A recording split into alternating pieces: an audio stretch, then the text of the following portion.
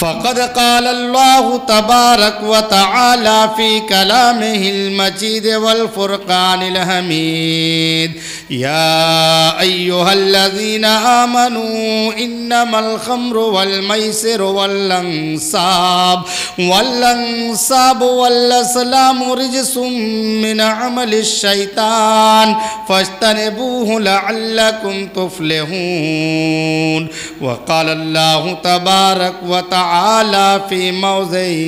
آخر وإذ قال لقمان لابنه وهو يعظه يا بني لا تشرك بالله إن الشرك لظلم عظيم. وقال النبي صلى الله عليه وسلم عن معاذ بن جبل رضي الله عنه قال أوصاني رسول الله صلى الله عليه وسلم بعشر كلمات قال لا تشرك بالله شيئا وإن قتلت وحرقت ولا تغفن والديك وإن أمراك أن تخرج من أهلك ومالك ولا تتركن صلاة مكتوبة متعمدا فإن من ترك صلاة مكتوبة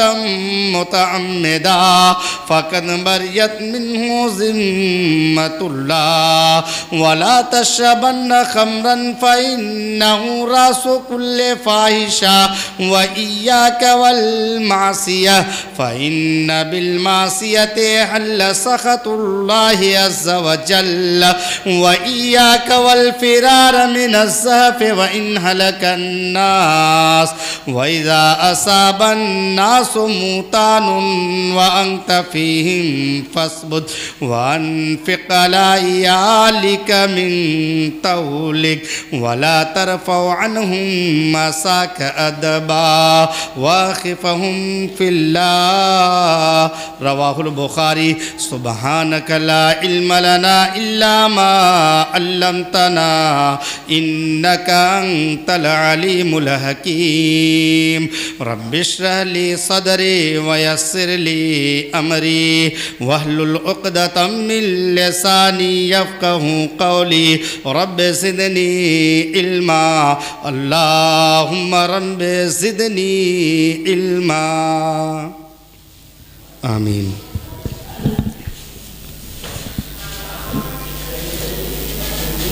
سب سے پہلے حمد و ثنا تعریف و توصیف کبریائی و بڑائی الہ العالمین رب العالمین کے لیے لائق و زیبا ہے. اور اس کے بعد بے شمار درود و سلام نازل ہوں تمام انبیاء اکرام علیہ الصلاۃ والسلام کی ذات گرامی کے اوپر اور بالخصوص آپ صلی اللہ علیہ وسلم کی ذات گرامی کے اوپر. اللہم صلی وسلم وبارک علیہم. معزز حاضرین، جیسا کہ ابھی شیخ محترم کی زبان سے یہ بتلایا گیا کہ ماشاء اللہ عاملوں کی تمام مساجد کے اندر بعد نماز مغرب قرآن پڑھنے کا طریقہ سکھلایا جا رہا ہے اور روزمرہ کی دعائیں یعنی ایسی مسنون دعائیں یاد کرائی جا رہی ہیں جیسے نماز کی یا زندگی کے اندر روزمرہ جن کا انسان سامنا کرتا ہے. یہ بڑی اچھی بات ہے اور اللہ رب العالمین سے میں دعا گو ہوں کہ الہ العالمین اس کام کے اندر مزید پختگی عطا فرمائے، آمین۔ اور جو لوگ اس کے اندر تعاون کر رہے ہیں چاہے جس بھی شکل میں، اللہ تبارک و تعالی ان کی ہمت اور حوصلے کو مزید بڑھائے، آمین۔ اور اسی سلسلے میں یہ اجلاس عام منعقد کیا گیا ہے۔ ہم دیکھ رہے ہیں کہ آج ہمارا معاشرہ، ہمارا سماج کیسا ہو گیا ہے، کیونکہ اسی موضوع عاملوں کے اندر میری بھی تعلیم یہی ہوئی، شعبہ حفظ کی، تقریباً 2001 سے 2006-07 تک ہم لوگ یہی تھے۔ کچھ عربی کی جماعت پڑھے اور اس سے پہلے حفظ پڑھا گیا۔ تو صرف یہی کی بات نہیں ہے، آپ کہیں بھی ہر آدمی جو جہاں بس رہا ہے وہ اپنے اپنے سماج کا، اپنے اپنے معاشرے کا جائزہ لے کہ بڑی تیزی کے ساتھ تبدیلیاں آئی سماج کے اندر، معاشرے کے اندر، اور اب تو معاملہ یہ ہو گیا کہ دین سے دوری کا یہ عالم ہو گیا کہ جس کو لفظوں میں بیان نہیں کیا جا سکتا ہے۔ اور ایسے ماحول کے اندر اس طریقے کی محفل کا انعقاد کرنا یا تعلیم و تعلم کا اس طریقے سے اہتمام کرانا یہ بڑا مشکل کام ہے، کیونکہ جس طریقے سے سننے والے عالم علماء کو آج نظر نہیں آتے، اسی طریقے سے اب قرآن پڑھنے والے، دین کی باتیں سیکھنے والے، یہ بھی بہت کم ان کی تعداد ہوتی جا رہی ہے، کیونکہ رجحان ایسا ہے سماج کے اندر، معاشرے کے اندر، کہ اگر میں یہ کہوں تو یہ غلط نہیں ہوگا کہ بعض مسلمان ہمارے سماج کے اندر کچھ عوام ایسی ہے کہ جو علماء سے بیزار نظر آتی ہے، علماء سے بیزار نظر آتی ہے کہ ان کے چکر میں کون پڑے گا، یہ وہی گھسی پٹی باتیں، پرانی باتیں، وہی باتیں جو نہ جانے کب سے کہی جا رہی ہے، سب تو ایک عجیب ذہن، آزاد ذہن چاہتا ہے آج کا مسلمان کہ آزادی کی زندگی ہم جیے، اپنے مرضی سے زندگی گزارے، کوئی بندش نہ ہو، کوئی روک نہ ہو، کوئی ٹوک نہ ہو، لیکن ہمیں یہ سمجھنا ہوگا کہ اسلام ایک باؤنڈیشن کا نام ہے، ایک لائن ہے، ایک لیمٹ ہے، اور اس لائن کو کوئی کراس نہیں کر سکتا میرے بھائیو اور دوستو۔ اس لیمٹ کو اگر ہم کراس کر دیں گے، اس لائن کو اگر ہم کراس کر دیں گے، تو جیسے کبڈی کے کھیل میں آپ کہتے ہیں کہ کھلاڑی فاؤل ہو جاتا ہے، تو آپ فاؤل ہو جائیں گے پوری طریقے سے۔ تو یہ حالات ہے بہرحال۔ تو ایسے ماحول میں دین کا کام کرانا یہ بڑا مشکل نظر آ رہا ہے، مگر بہرحال اللہ تبارک و تعالیٰ نے ہمیشہ چاہے جیسے بھی حالات رہے ہوں، ایسے لوگوں کو زمین پہ پیدا کرتا ہے کہ جو اس کے دین کی نشر و اشاعت کا کام کریں گے، اور رب العالمین ہر دور میں ایسے لوگوں کو پیدا کرتے رہتا ہے۔ اب ذرا سوچئے کہ آج کے دور کے اندر نہ جانے کتنی برائیاں ہمارے سماج اور معاشرے کے اندر پنپ رہی ہیں، اور میں یہ بتلا دوں کہ شرک جیسی بیماری جسے کلام مجید کے اندر اللہ تبارک و تعالی نے اس کی وعید بیان فرمایا، اس کے گناہ کو بتلایا کہ مغفرت نہیں ہوتی ایسے لوگوں کی، یا انبیاء اکرام جو دنیا کے اندر آئے ان کا منہج کیا تھا، ان کا طریقہ کیا تھا، اور وہ کس لیے دنیا کے اندر بھیجے گئے، ان سب کے باوجود آج ہمارے سماج کے اندر، معاشرے کے اندر شرک جیسی اہم بیماری یہ رچتی اور بستی جا رہی ہے۔ یا اسی طریقے سے ہم اپنے ملک کے حالات کو دیکھیں اور پھر اس کے سامنے جو خبریں گردش کر رہی ہیں اسے دیکھیں کہ کس طریقے سے لوگ آج شرک کی طرف جو ہے مائل ہو رہے ہیں اور شرک کی جانب بڑھ رہے ہیں۔ میرے بھائی اور دوستو، اسے بیان نہیں کیا جا سکتا۔ اسی لیے میں نے بخاری شریف کی اس حدیث کو آپ کے سامنے پڑھا ہے کہ جس حدیث شریف کے اندر پیارے رسول صلی اللہ علیہ وسلم نے اپنے پیارے ساتھی حضرت معاذ بن جبل رضی اللہ تعالیٰ عنہ کو آپ نے 10 باتوں کی وصیت کیا تھا، تاکید کیا تھا کہ اے میرے پیارے ساتھی حضرت معاذ بن جبل رضی اللہ تعالیٰ عنہ، یہ جو باتیں میں تمہیں بتلا رہا ہوں اسے اپنی زندگی کے اندر گانٹھ باندھ لینا اپنے دامن سے، اس پہ عمل کرنا اپنی زندگی کے اندر، اس لیے کہ یہ بڑی اہم باتیں ہیں میرے بھائی اور دوستو۔ اسی لیے آپ دیکھیں راوی حدیث حضرت معاذ بن جبل رضی اللہ تعالیٰ عنہ کہتے ہیں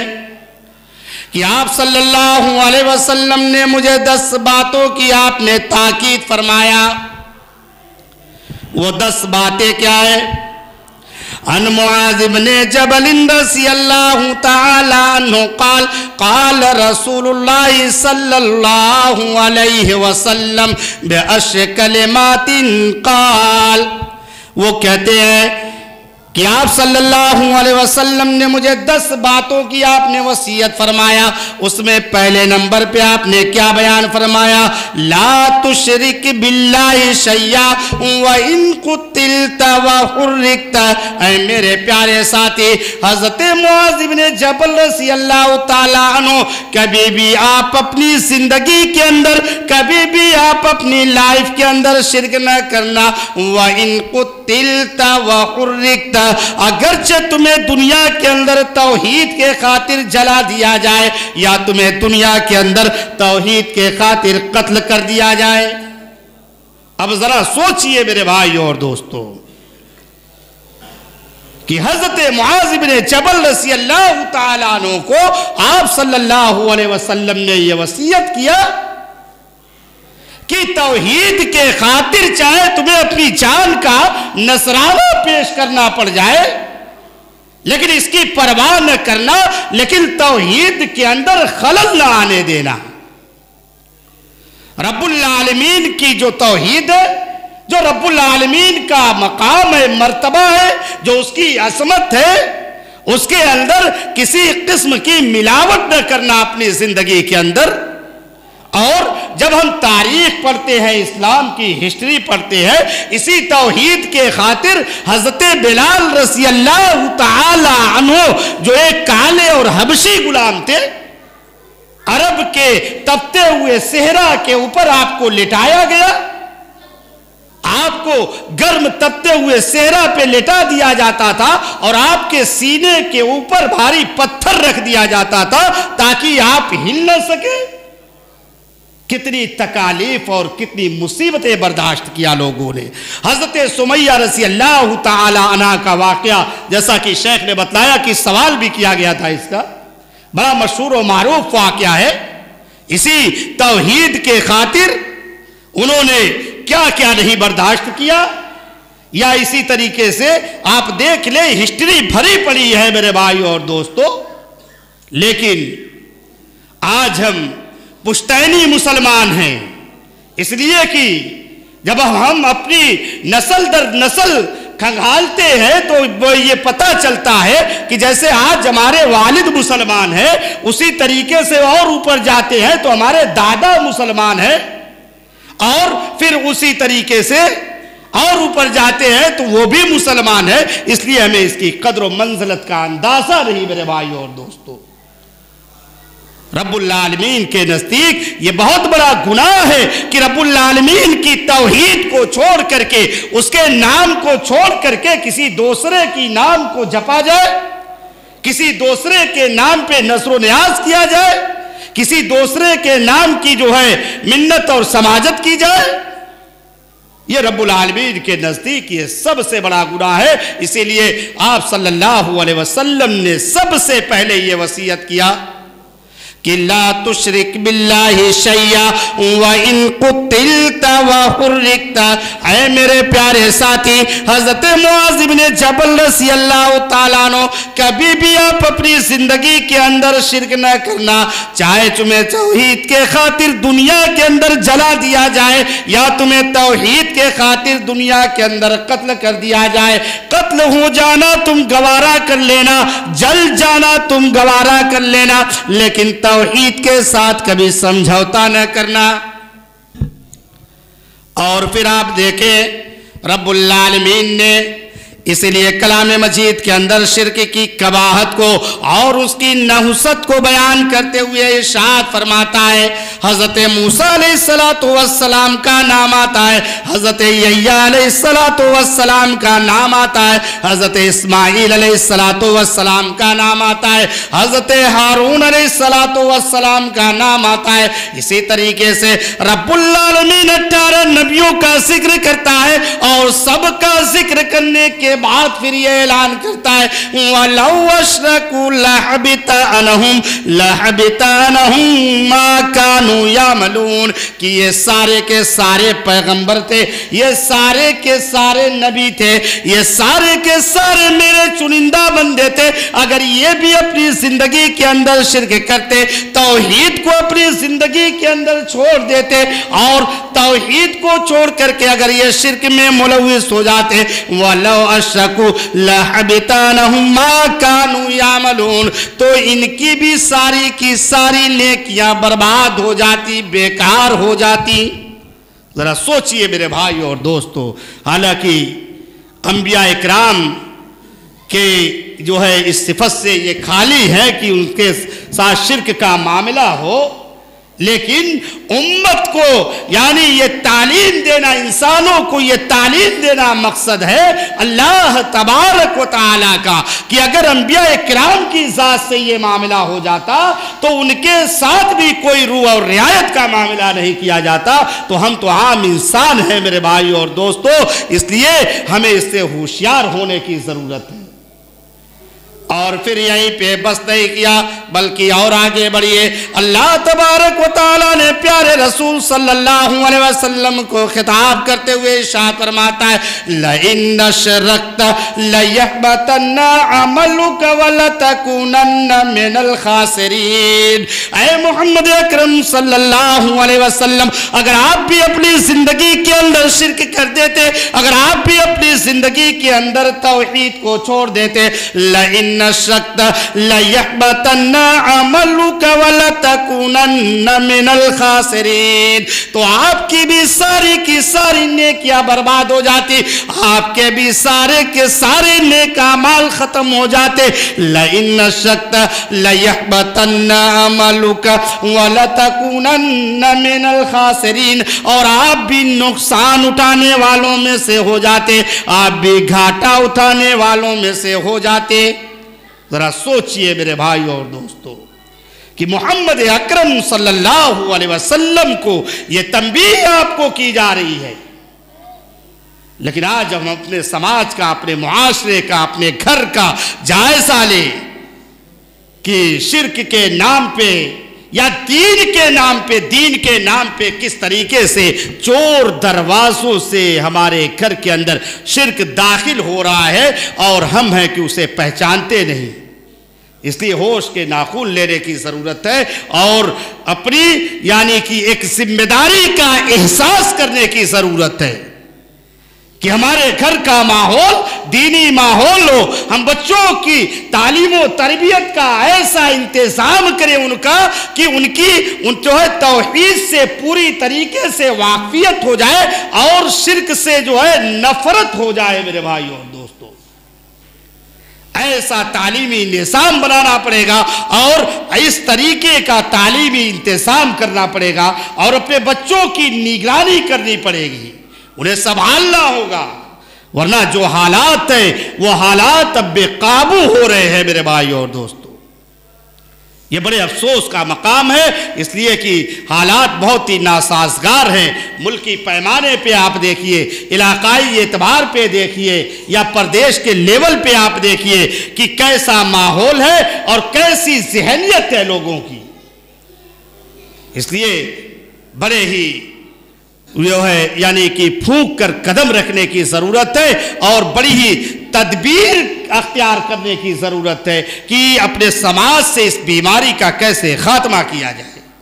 یہ بڑا خطرناک گناہ ہے، اور شرک یہ ایسا گناہ ہے کہ اس کی نحوست سے میرے بھائیوں اور دوستو سماج کی رونقیں ختم ہو جائیں گی، گھر کی برکتیں ختم ہو جائیں گی، نسلیں تباہ ہو جائیں گی، اور ہمیں یہ احساس نہیں ہوگا کہ کیوں ایسا ہمارے ساتھ معاملہ ہو رہا ہے میرے بھائیوں اور دوستو۔ اس کی بہت زبردست نحوست ہوتی ہے، اس لیے کہ ایک دم سماج سیاہ ہو جائے گا، لاغر ہو جائے گا، کمزور ہو جائے گا جب یہ بیماری سماج کے اندر اپنی پوری طریقے سے جب جڑ جمائے گی تو پورے سماج کو کھوکھلا کر کے رکھ دے گی۔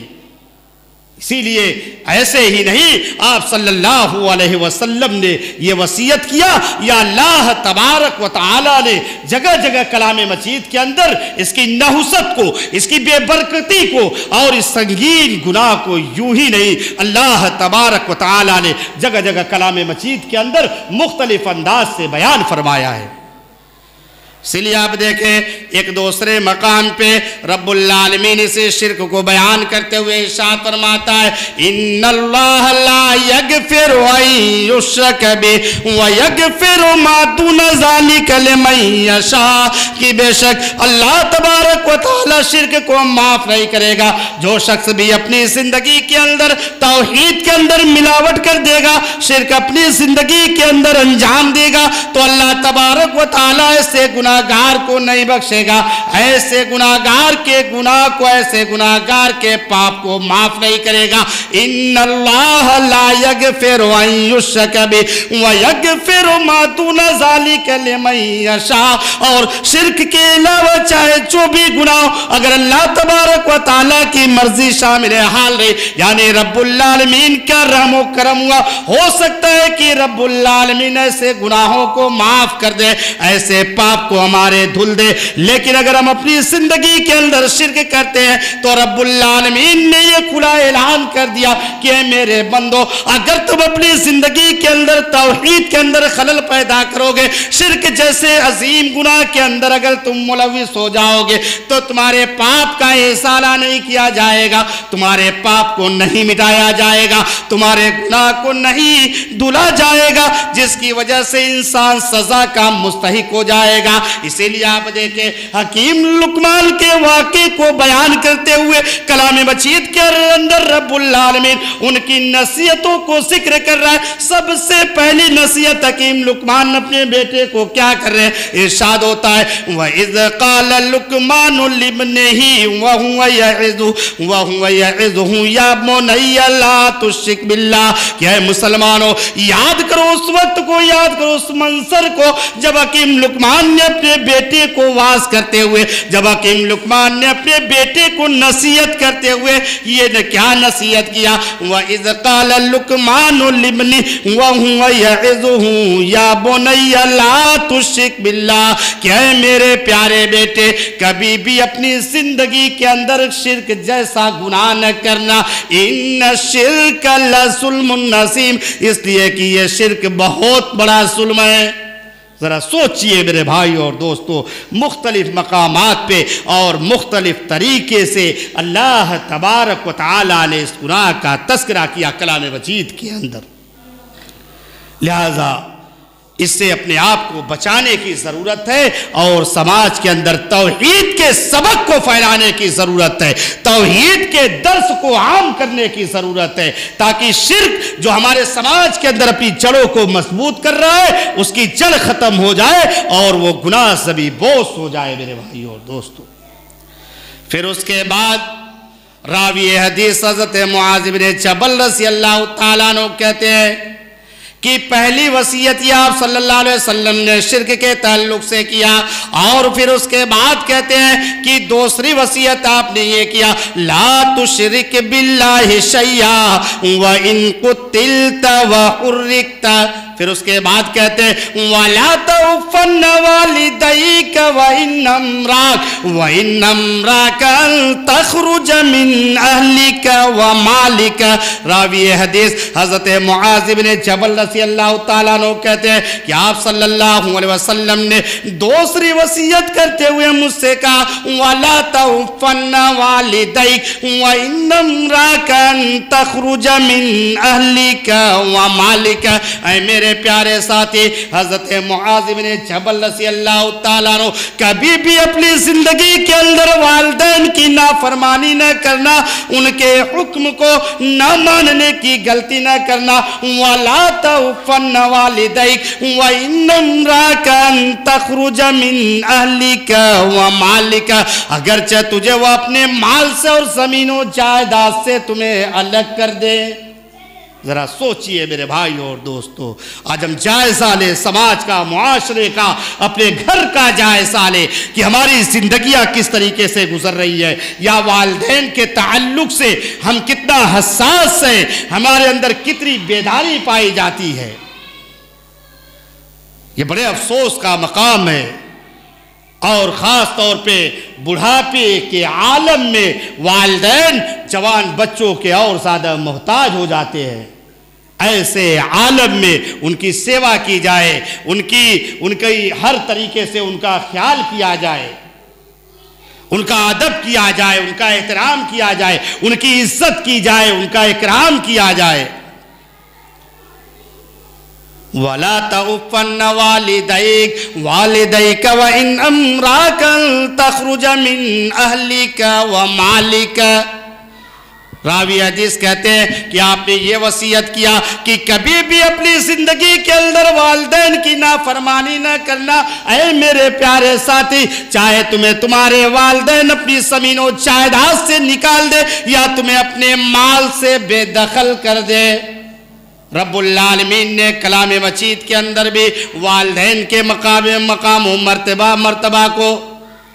مختلف انداز سے مختلف مقامات پہ بیان فرمایا۔ کہیں ارشاد ہوتا ہے وَقَضَىٰ رَبُّكَ أَلَّا تَعْبُدُوا إِلَّا إِيَّاهُ وَبِالْوَالِدَيْنِ إِحْسَانًا، کہ فیصلہ کر دیا تیرے رب نے وَقَضَىٰ رَبُّكَ أَلَّا تَعْبُدُوا إِلَّا إِيَّاهُ، کہ اس کی عبادت کی جائے گی، اسی کی پوجا کی جائے گی، اسی کی زمین پہ پرستش کی جائے گی، اسی کی بندگی کی جائے گی۔ وَقَضَىٰ رَبُّكَ أَلَّا تعبدوا الا اياه وبالوالدين احسانا، اور پھر اس کے بعد رب العالمین کہتا ہے کہ والدین کے ساتھ تم احسان کرو، اس نے سلوک کرو، اپنے والدین کے ساتھ تم اچھا معاملہ کرو، اپنے والدین سے تم پیار سے اور محبت سے پیش آؤ۔ وبالوالدين احسانا اما يبلغن عندك الكبر احدهما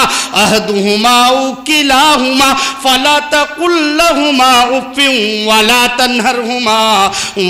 تنهرهما وقل لهما قولا کریما۔ رب العالمین کہہ رہا ہے کہ تمہارے والدین میں سے ایک یا دونوں جب بڑھاپے کے عالم میں پہنچ جائیں، اما یبلغن عندک الکبر احدهما او کلاهما فلا تقل لهما اف ولا تنهرهما، تو تم ان کے سامنے اف تک نہ کہنا، فلا تقل لهما اف ولا تنہرہما، اور ان کے کسی معاملے میں ڈانٹ ڈپٹ کا اظہار نہ کرنا، ان کے معاملے میں ترش روئی اختیار نہ کرنا۔ وَقُلْ لَهُمَا قَوْلًا كَرِيمًا، اور جب بھی اپنے والدین سے گفتگو کرنا، جب بھی اپنے والدین سے بات کرنا تو نرم لہجے میں بات کرنا، پیار سے بات کرنا۔ ذرا سوچئے میرے بھائی اور دوستو، یہ بڑی پیاری تعلیمات ہے اسلام کی، لیکن آج ہم مسلمان ہیں اور اس سے ان تعلیمات سے ہم کوسوں دور نظر آتے ہیں۔ نام تو ہم یعنی سماج تو ہمارا مسلمانوں کا سماج ہے، معاشرہ تو ہمارا اسلامی بھائیوں کا معاشرہ ہے، لیکن جو ہے زندگی گزارنے کے اعتبار سے، رہن سہن کے اعتبار سے اور ہمارا معاملہ مسلمانوں جیسا معاملہ نہیں۔ ہمارا طریقہ جو طریقہ چاہتا ہے کہ مسلمان کی زندگی کا طریقہ کیا ہونا چاہیے، ہمارے جو اسلام چاہتا ہے کہ ایک مسلمان کی زندگی اس زمین کے اوپر کیسے گزرنی چاہیے، ایک مسلمان ایک مومن کا رشتوں کے معاملے میں کیسا معاملہ ہونا چاہیے، چاہے وہ بھائی کے ساتھ ہو، والدین کے ساتھ ہو، بیٹی کے ساتھ ہو یا دوسرے رشتہ داروں کے ساتھ ہو، کیسا معاملہ ہونا چاہیے، ایک مسلمان کا کیسا سلوک ہونا چاہیے، ایک مسلمان کا کیسا ویوہار ہونا چاہیے، ان سارے معاملے میں ہم مسلمان کو سو دور نظر آتے ہیں۔ الا ماشاءاللہ میرے بھائی اور دوستو، ضرورت اس بات کی ہے کہ والدین کے مقام اور مرتبے کو سمجھا جائے۔ ذرا سوچئے کہ کتنی زبردست بات آپ صلی اللہ علیہ وسلم نے یہ کہا کہ وَلَا تَعُفَّنَّ وَالِدَيْكَ وَإِنْ أَمْرَاكَ تَخْرُجَ مِنْ أَهْلِكَ وَمَالِكَ۔ اے میرے پیارے ساتھی، حضرت معاذ بن جبل رضی اللہ تعالیٰ عنہ، کبھی بھی اپنی زندگی کے اندر تم والدین کی نافرمانی نہ کرنا، چاہے تمہیں تمہارے والدین اپنی زمین و جائیداد سے نکال دے یا تمہیں اپنے مال سے تمہیں باہر کر دے، لیکن اس کے باوجود والدین کے ادب و احترام کو نہ بھولنا، اس کے تقاضے کو اپنی زندگی کے اندر پورا کرتے رہنا۔ اور کلام مجید نے بھی اس کی تاکید فرمائی ہے، وَاغْفِرْ لَهُمَا جَنَاحَ الذُّلِّ مِنَ الرَّحْمَةِ وَقُلْ رَبِّ ارْحَمْهُمَا كَمَا رَبَّيَانِي صَغِيرًا، کہ اپنے والدین کے لیے رحمت کے بازو کو بچھا دو، اپنے والدین کے لیے نرمی اختیار کرو، ان کے ساتھ احسان کا معاملہ کرو، اور جب بھی دعا کے لیے تمہارے ہاتھ اٹھے، اگر والدین دنیا کے اندر موجود نہ ہو یا دنیا کے اندر موجود ہو، ہمیشہ ان کے حق میں بھلائی کی اور خیر کی دعائیں کرتے رہنا میرے بھائی اور دوستو۔ اسی لیے جب ہم کلام مجید کو پڑھتے ہیں تو ہمارے سامنے یہ بات نکل کے روزے روشن کی طریقے سے آیا ہو جاتی ہے۔ ذرا دیکھیے، حضرت ابراہیم علیہ السلام کو جب تک والدین کے تعلق سے منع نہیں کیا گیا، حضرت ابراہیم علیہ السلام کے واقعے کو کلام مجید کے اندر مختلف مقامات پہ رب العالمین نے بیان فرمایا۔ تو ایک مقام پہ رب العالمین کرائے، رب جعلنی مقیم الصلاۃ ومن ذریتی ربنا وتقبل دعا، کہ خلیل اللہ نے یہ دعا مانگا رب العالمین سے، رب جعلنی مقیم الصلاۃ ومن ذریتی ربنا وتقبل دعا۔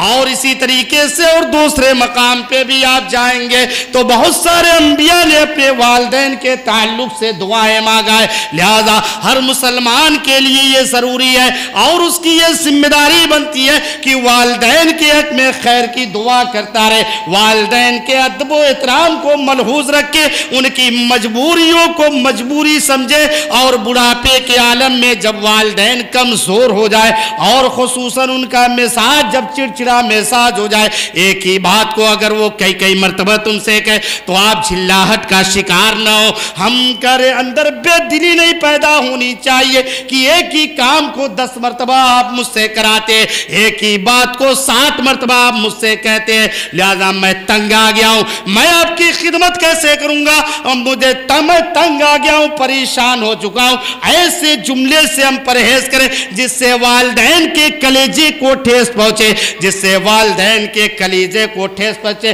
جس سے والدین ناراض ہو جائے۔ اس لیے کہ والدین اگر ناراض ہیں تو رب العالمین بھی ہم سے ناراض رہے گا، جب تک والدین ہم سے راضی نہیں ہوں گے تو رب العالمین بھی میرے بھائیوں ہم سے راضی نہیں ہو سکتا، ہم سے خوش نہیں ہو سکتا۔ اس لیے ہمیں اپنے زندگی کے طریقے کو بدلنے کی ضرورت ہے، ہمیں اپنے تھنکنگ کے اندر چینجنگ لانے کی ضرورت ہے، اور خصوصیت کے ساتھ والدین کے ادب و احترام کو اپنی زندگی کے اندر ملحوظ رکھنے کی ضرورت ہے۔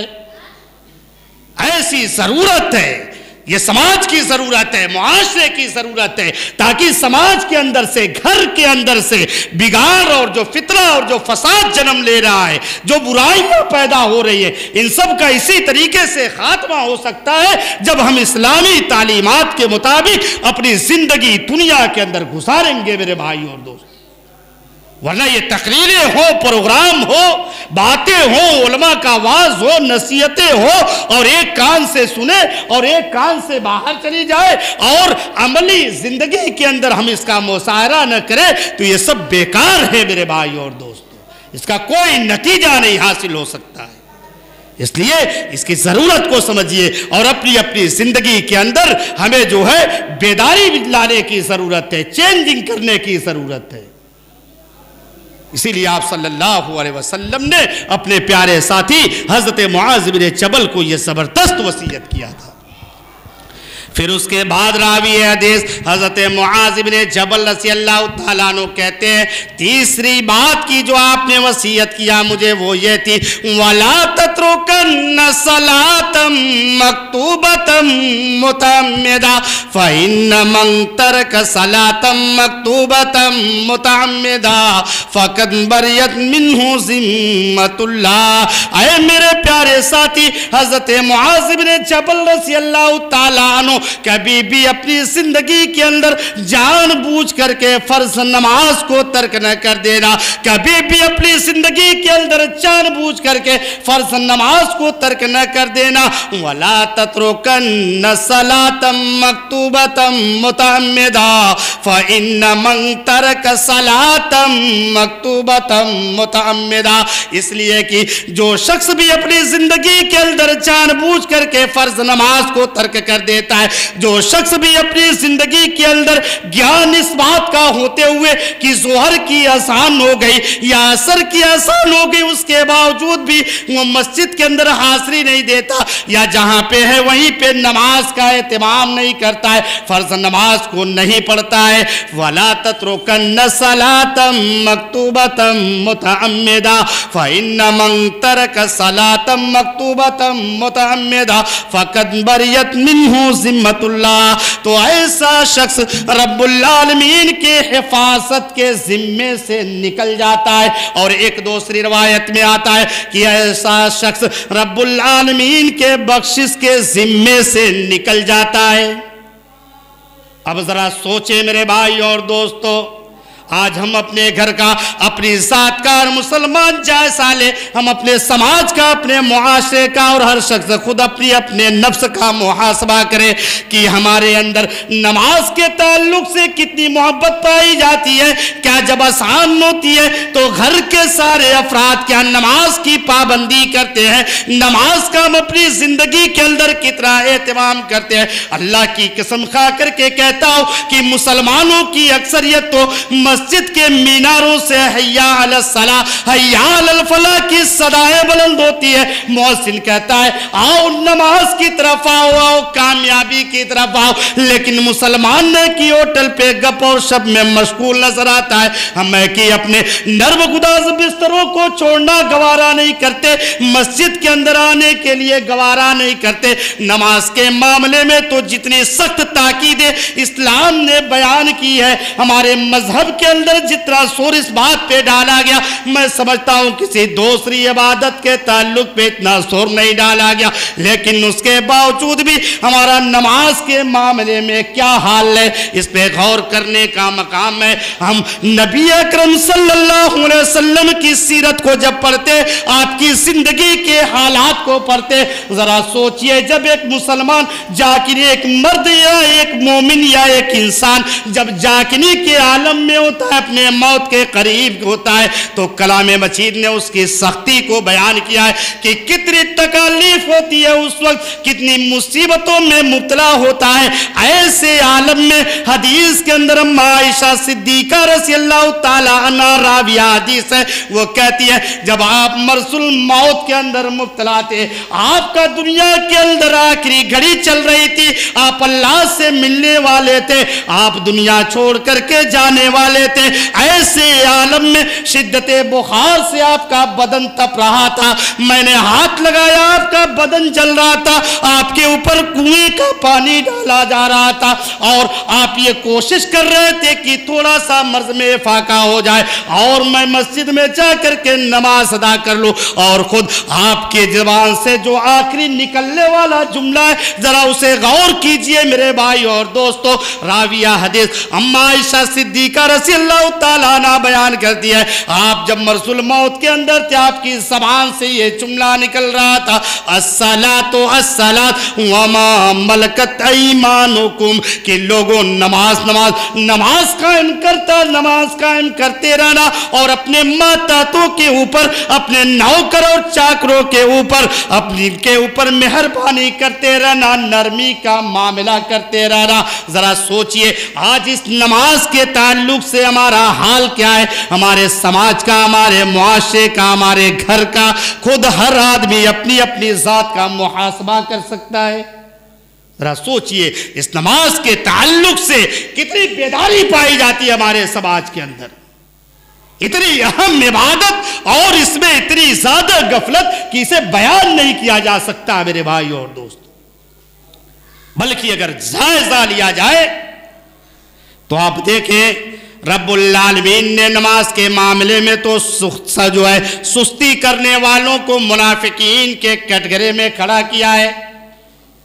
چنانچہ رب العالمین یہ ارشاد فرماتا ہے ان المنافقین یخادعون اللہ وهو خادعهم واذا قاموا الى الصلاة قاموا كسالى يراؤون الناس ولا يذكرون اللہ الا قلیلا،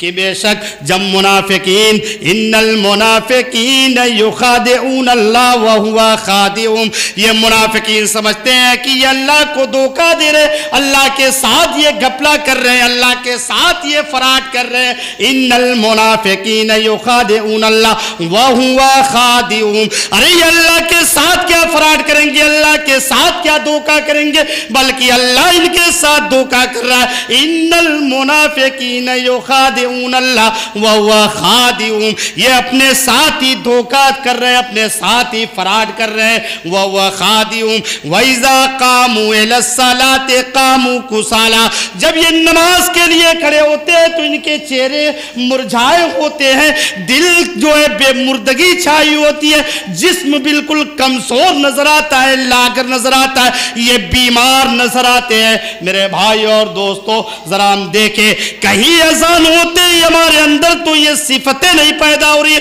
کہ جیسے ہی اذان کی آواز ہمارے کانوں سے ٹکرائے ہمیں ایسا محسوس ہوتا ہے کہ ہم بیمار پڑ گئے، یا جیسے لگتا ہے کہ 1 کنٹل کا پتھر ہمارے جسم کے اوپر رکھ دیا ہے، کسی نے اور اٹھنے کی طاقت نہیں ہوتی، قدم ہے کہ ہمارے اٹھتے نہیں، بڑھتے نہیں۔ ذرا سوچئے میرے بھائی اور دوستو کہ منافقین کے کٹگرے میں رب العالمین نے کھڑا کیا ہے ایسے لوگوں کو کہ جو اپنے سماج میں ہوتے ہیں تو نماز کا تو یہ نماز کا خیال نہیں کرتے، نماز تو نہیں پڑھتے، لیکن جب اپنی سسرال میں چلے جائیں، اب کسی جگہ مہمان بن کر کے چلے جائیں، کسی ایسی محفل میں چلے جائیں جہاں لوگ نمازی ہیں، تو لہٰذا ایسی جگہ پہ دکھلانے کے لیے نماز پڑھیں گے۔ ایسی جگہ پہ اگر سسر صاحب نماز پڑھنے جا رہے تو داماد بھی تو سوچ رہا ہے کہ میں تو بے نمازی ہوں، لیکن چلو اچھا ہے میرے سسرال میں تو کوئی نہیں جانتا کہ میں بے نمازی ہوں۔ سسر صاحب نماز پڑھنے جا رہے تو اب داماد بھی تون و کرن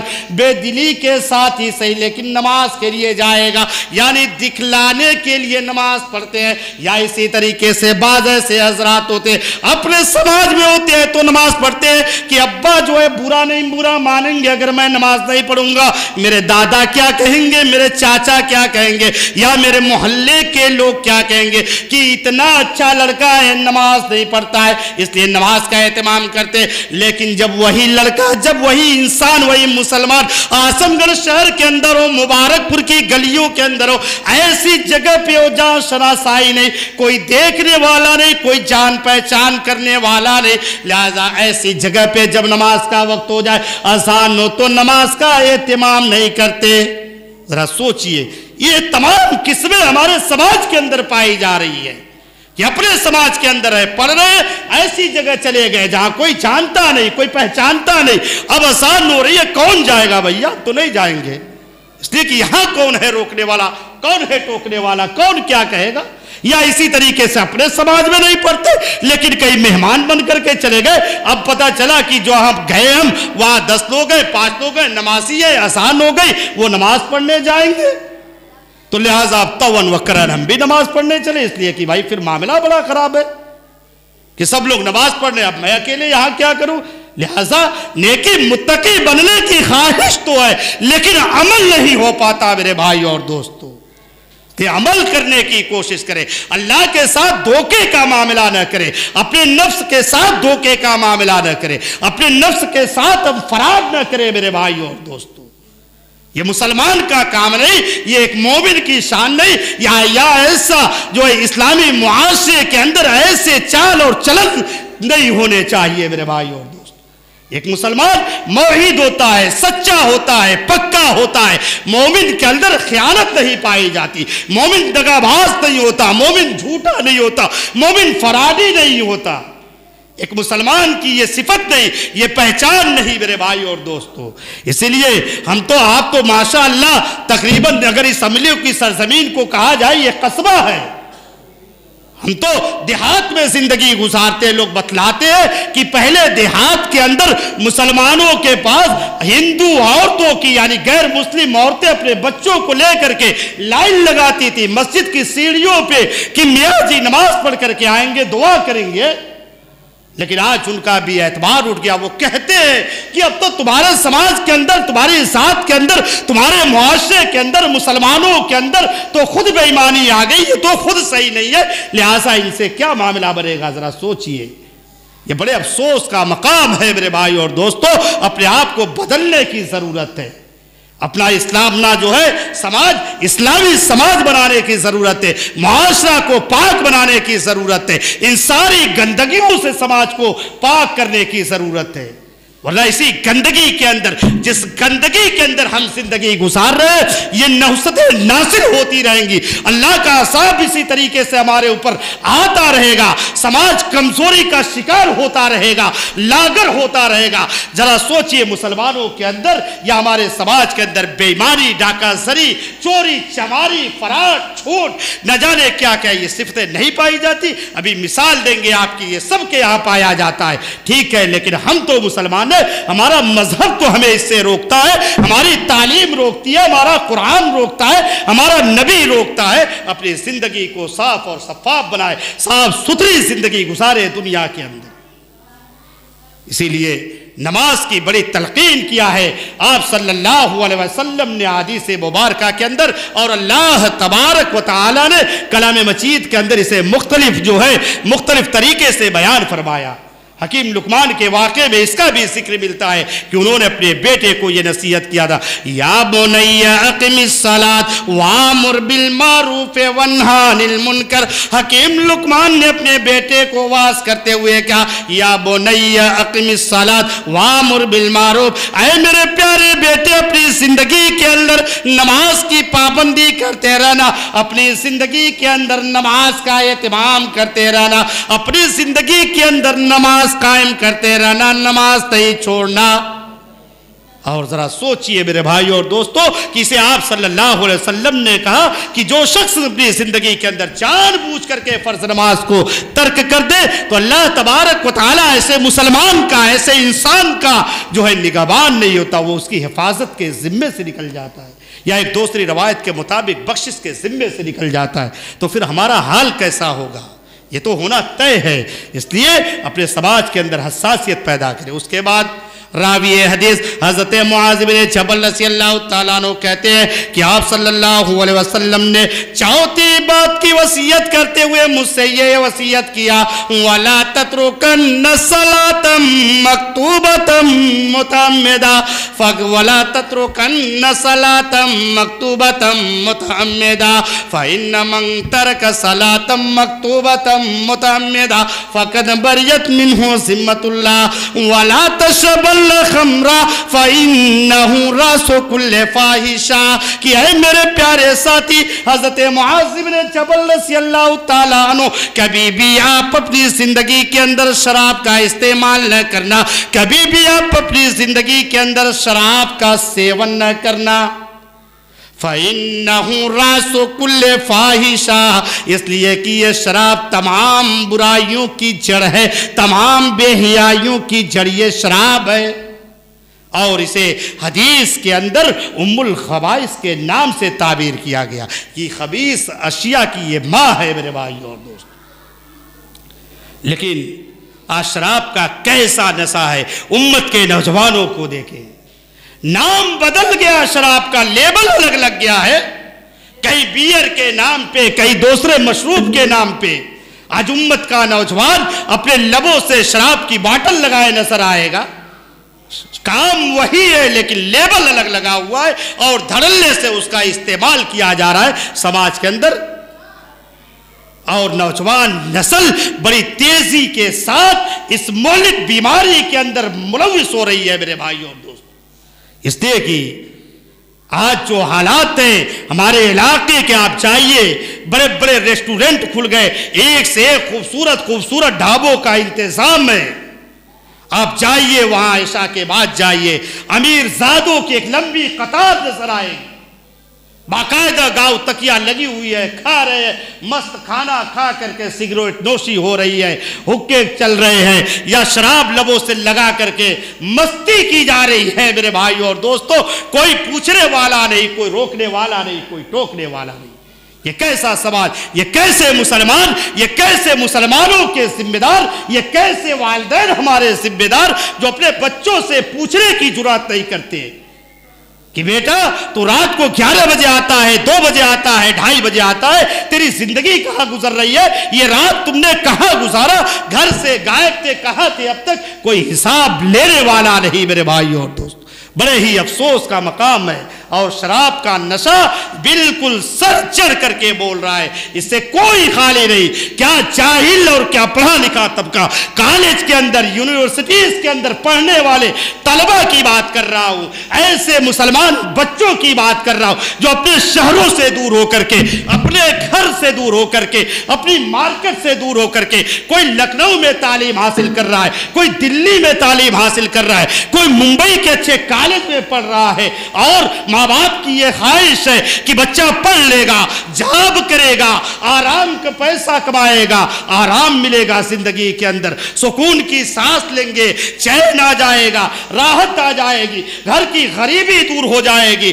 لیکن کچھ بچے ایسے ہیں میرے بھائی اور دوستوں کہ ماں باپ کی گاری کمائی کو برباد کر رہے اس شراب کے نشے کے اندر، اور ماں باپ کے ارمانوں کا خون کر رہے ہیں ایسی جگہوں پہ رہ کر کے۔ لہذا کڑی نظر رکھنے کی ضرورت ہے، اور نگرانی کرنے کی ضرورت ہے، اور اس پہ جانچ اور پڑتال کرنے کی ضرورت ہے کہ کہیں میری اولاد، کہیں میرا بھائی تو اس کا شکار نہیں، کہ کہیں میرے گھر کے اندر تو یہ برائی تو نہیں آ گئی، کہیں میرا بھائی اس کا شکار تو نہیں، کہیں میرا بیٹا تو اس بیماری کے زد میں نہیں آ رہا ہے۔ ان سب پہ نظر رکھنے کی ضرورت ہے۔ یہ بڑا خراب نشہ ہے میرے بھائی اور دوستو، جس کو اس نشے کی عادت ہو جائے گی، اس کا جو ہے گھر بک جائے گا، پراپرٹی نیلام ہو جائے گی، سارا مال ختم ہو جائے گا، ہاتھ میں کٹورا آ جائے گا، ذلت الگ سے زندگی کے اندر آئے گی، رسوائی مقدر بن جائے گی۔ لہذا ایسی برائی سے، ایسے گناہ سے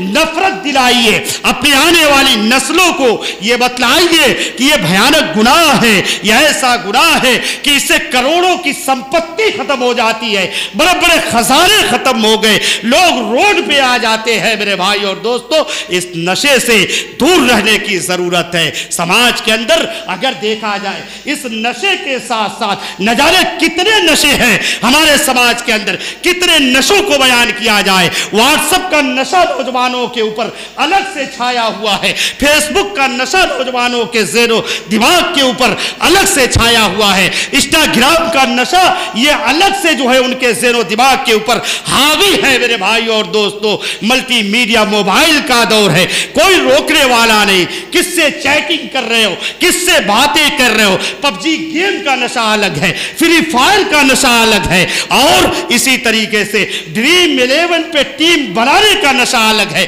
کرکٹ میچ کہیں کھیلا جا رہا ہے، جوا لگایا جا رہا ہے، سٹا لگایا جا رہا ہے. پورا دھڑلے سے یہ بیماری عام ہے سماج کے اندر، لیکن کوئی روکنے والا نہیں، کوئی پوچھنے والا نہیں، کوئی ٹوکنے والا نہیں. ذرا سوچئے میرے بھائی اور دوستو، یہ بڑے افسوس کا مقام ہے. کہنے کو ہم مسلمان ہیں، کہنے کو ہمارا مذہب اسلام ہے، یہ ساری برائیاں ہو رہی ہے ہمارے سماج کے اندر، ہمارے معاشرے کے اندر، لیکن کون ہے جو اس ذمہ داری کا احساس کرے کہ یہ گناہ ہے، یہ بیکار کام ہے، اس سے شریعت نے روکا ہے. کوئی روکنے والا نہیں. بڑے دھڑلے سے آج امت کا نوجوان، اللہ کی قسم کھا کر کے کہتا ہوں، 14 سال کے ہیں، 15 سال کے ہیں، ٹیم بناتے ہیں، جوا لگاتے ہیں. کیا کیا نہیں ہو رہا ہے میرے بھائی اور دوستو، ذرا سوچئے. اسی لیے کلام مجید کے اندر رب العالمین یہ اعلان کر رہا ہے. کلام مجید تو 14 سال سے اس بات کو چیخ چیخ کر کے بیان کر رہا ہے. یا ایھا الذین آمنوا انما الخمر والمیسر والانصاب والازلام رجس من عمل الشیطان فاجتنبوہ لعلکم تفلحون. کیا ہے وہ لوگوں جو لوگ ایمان لے کر کے آئے مسلمانوں، یا ایھا الذین آمنوا انما الخمر والمیسر، یہ شراب اور جوا اور یہ پاسے کے تیر اور یہ استان، یہ سب گندے کام ہے. رجس من عمل الشیطان فاجتنبوہ لعلکم تفلحون. تم اپنی زندگی کے اندر اس برائی سے پرہیز کرتے رہو، تم اپنی زندگی کے اندر اس گناہ سے پرہیز کرتے رہو، اس گناہ سے دوری اختیار کرو تاکہ تم اپنی زندگی کے اندر کامیاب ہو جاؤ. ذرا سوچئے میرے بھائی اور دوستو، کہاں میں اسلام تو اس بات کی تعلیم دے رہا ہے کہ یہ شیطانی عمل ہے، لیکن ہم سماج کا جائزہ لیں، معاشرے کا جائزہ لیں، اس برائی کو برائی تصور نہیں کیا جا رہا ہے، اور اس گناہ کو گناہ ہی تصور نہیں کیا جا رہا ہے. عالم علماء کے بچے بھی اس میں ملوث ہیں، جاہل جولا کے بچے بھی اسی کا کاروبار کر رہے. کوئی روکنے والا نہیں، کوئی ٹوکنے والا نہیں. ملٹی میڈیا موبائل کا دور ہے، ایسے میں نیٹ پہ جو ہے موبائل کے اندر ڈلا ہوا ہے، لوگ کیسے کیسے کارنامے انجام دے رہے، فحش ویڈیوز کے مناظر دیکھے جا رہے. گندگی کا انبار ہے جو ہماری جیب کے اندر ہوتا ہے، ہمارے گھر کے تاکوں پہ ہوتا ہے اسی موبائل کے ذریعے، لیکن اس کی صفائی کرنے کی کوئی کوشش نہیں کرتا، کوئی سماج کے اندر اس کی فکر نہیں کرتا. اسی لیے ذرا سوچئے کہ محمد اکرم صلی اللہ علیہ وسلم نے اپنے پیارے ساتھی حضرت معاذ بن جبل رضی اللہ تعالیٰ عنہ کو یہ وصیت کیا، وَلَا تَشْرَبَنَّ خَمْرًا فَإِنَّهُ رَأْسُ كُلِّ فَاحِشَةٍ. کہ اے میرے پیارے ساتھی حضرت معاذ بن جبل رضی اللہ تعالیٰ عنہ، کبھی بھی اپنی زندگی کے اندر شراب کا استعمال نہ کرنا، کبھی بھی اپنی زندگی کے اندر شراب کا سیون نہ کرنا. فَإِنَّهُ رَأْسُ كُلِّ فَاحِشَةٍ، اس لیے کہ یہ تمام برائیوں کی جڑ سے ام الخبائث سے تعبیر کیا گیا ہے. لہٰذا اس بیماری سے بچنے کی ضرورت ہے میرے بھائی اور دوستو. اس کے بعد جو ہے یہ 5ویں نصیحت جو آپ صلی اللہ علیہ وسلم نے کیا تھا کہ وَإِيَّاكَ وَالْمَعْصِيَةَ فَإِنَّ بِالْمَعْصِيَةِ حَلَّ سَخَطُ اللَّهِ عَزَّ وَجَلَّ. کہ میرے پیارے ساتھی حضرت معاذ بن جبل رضی اللہ تعالیٰ عنہ، تم اپنی زندگی کے اندر گناہ سے پرہیز کرتے رہنا. وَإِيَّاكَ وَالْمَعْصِيَةَ فَإِنَّ بِالْمَعْصِيَةِ حَلَّ سَخَطُ اللَّهِ عَزَّ وَجَلَّ. اے میرے پیارے ساتھی، تم اپنی زندگی کے اندر گناہ سے پرہیز کرتے رہنا، ایسے کاموں سے بچتے رہنا جس سے رب العالمین ناراض ہو جاتا ہے، جس سے رب العالمین کا غضب نازل ہوتا ہے. ایسے کاموں سے اپنے زندگی کے اندر بچتے رہنا. وَإِيَّاكَ وَالْمَعْصِيَةَ فَإِنَّ بِالْمَعْصِيَةِ حل سخط اللہ عز وجل. اس لیے کہ گناہ کے کام سے رب العالمین کا غضب نازل ہوتا ہے انسان کے اوپر.